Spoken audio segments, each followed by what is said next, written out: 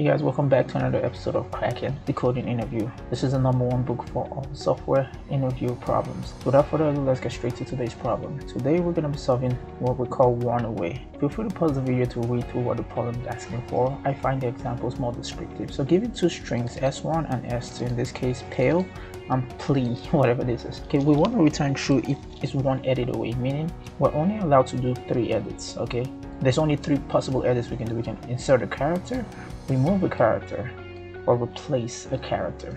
So in this case, PALE and PLE are one edit away because all we have to do to go from PALE string 1 to string 2 is just delete a, remove a character. That's it. Second example, pills and pill. Okay, all we have to do to go from string 1 to string 2 is remove S, which is removing a character, so one edit away. Third example, all we have to do to go from PALE to BALE is replace P with a B. One edit away. We only made one move. Last example, PALE to BAKE. To go from string 1 to string 2, we have to replace P with B, which is one edit, and we also have to replace L with K, which is the second edit, so false. It's not one edit away. Keep in mind we need at most 1 edit or 0 edits. If the 2 strings are identical, that still counts as 1 edit. Without further ado, let's jump right to the solution. Today we're going to be solving it using what I call a bit vector. Actually, we're going to use 2 bit vectors. So first of all, let's go ahead and define our function. Def, we're going to say is one away. Is one away. Okay, and we're going to take in 2 strings. In this case, I call them S1 and S2. Okay, for now, let's just say pass. We're going to come back to this function and actually edit it later. So now let's create our driver code. Okay, so which is the code that is going to call this function and do what it's supposed to do. So let's initialize S1. Let's use the first example they gave us, pale. Okay, in this case we're going to ignore case, so we're going to assume everything's lowercase, or we're going to put a check to make sure everything is lowercase. And let's what was the second example they gave us? So it was pale and PLE. Plea. PLE. Okay, now let's go ahead and call our function. Okay, good. As always, let's run it one time just to make sure everything looks okay. Cool. It prints none because our function is returning nothing. Good. So first step now, like we said, we know that S1 and S2, okay, if they are more than 1, so in this case this guy has 1 character more than this guy. But however, in a case where he had maybe 2 characters more or 3 characters more, anything more than 1 character more, they cannot be 1 edit away because you're gonna have to delete those characters to move from string 1 to string 2, right? If there's more than 1 character away. So we're gonna do that check real quick. We're gonna say if the absolute value of the length of string 1 minus the length of string 2, if this absolute value happens to be greater than 1, okay, just return false. Don't waste nobody's time, you know. So that's the first check. But now in the case is not, now it's the meat and potatoes of the code. So first let's make sure S1 and S2, again we said we're gonna ignore case, so let's make sure we're gonna convert them to lower cases.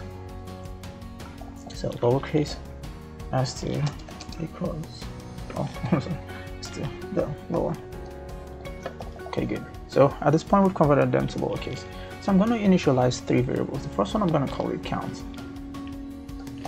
Set them equal to 0. Okay, this is the guy that's going to keep track of the number of differences between S1 and S2, obviously, to know how many edits we need to make to go from S1 to S2. The next one is, I'm going to call him count 1. This is a bit vector that is also going to keep track of how many characters are in S1.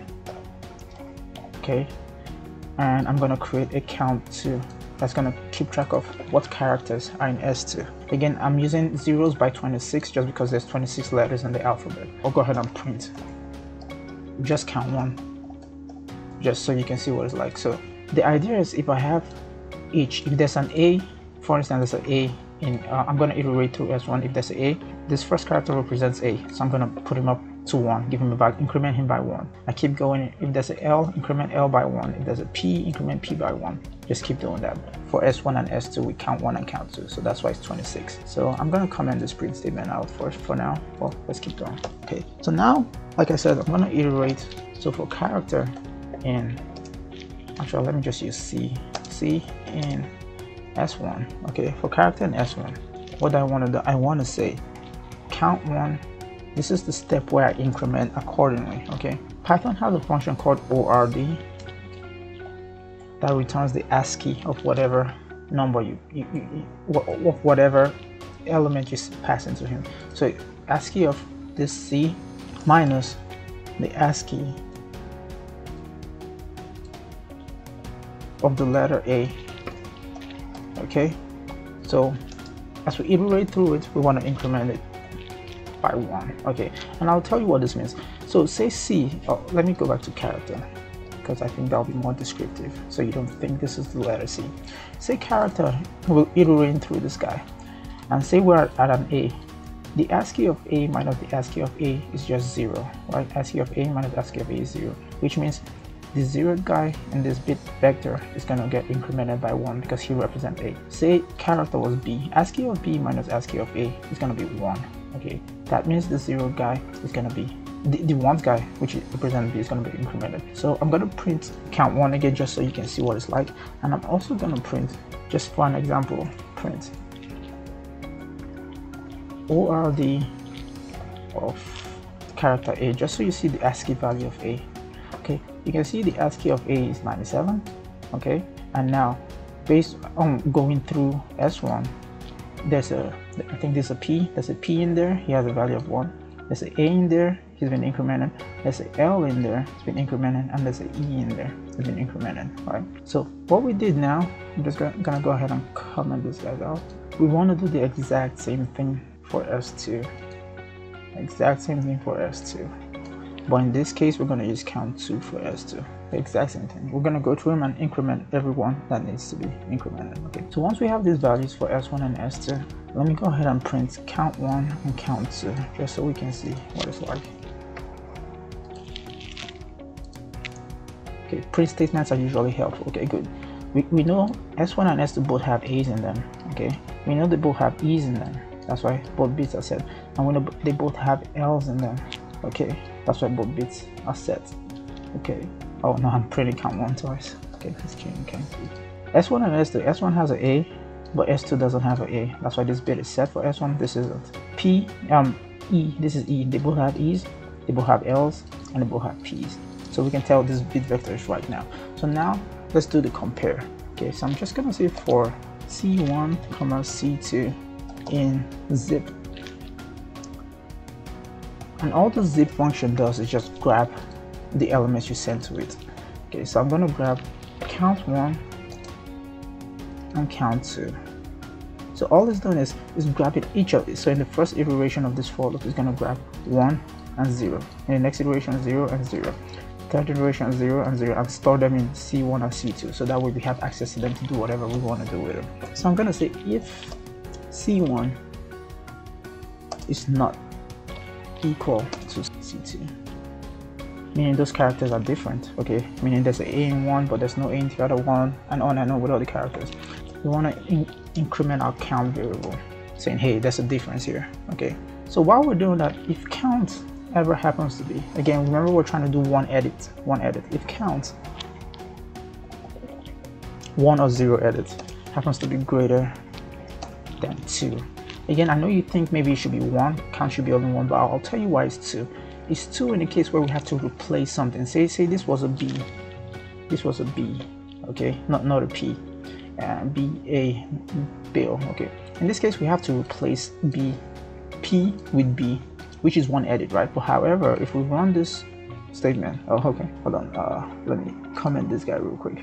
If we run this statement, we're gonna see, okay, there's a match here, there's a difference here, so count is gonna increment to 1. It's a match here, there's a difference here, so count is gonna be 2. The difference is because of the replace. Whenever you want to replace, there's gonna be a 2. But for delete and inserts, it's just gonna be 1. So that's what we have to do. That's why our if statement here says if count is greater than 2. But anyways, if count happens to be greater than 2, just go ahead and return false. Okay. Else, if you happen to make it through the for loop, true. Okay, so I'm gonna go ahead and remove this print statement that was just helping us visualize it and run this. So in this case, we return true obviously because they are one edit away. Let's see the next example. Pails and pale. Obviously that should return. Let's try the false one. Pale and bake. So S1 is pale, this is bake. It should return false. Exactly, and let's see what count is. Let's print count before we return.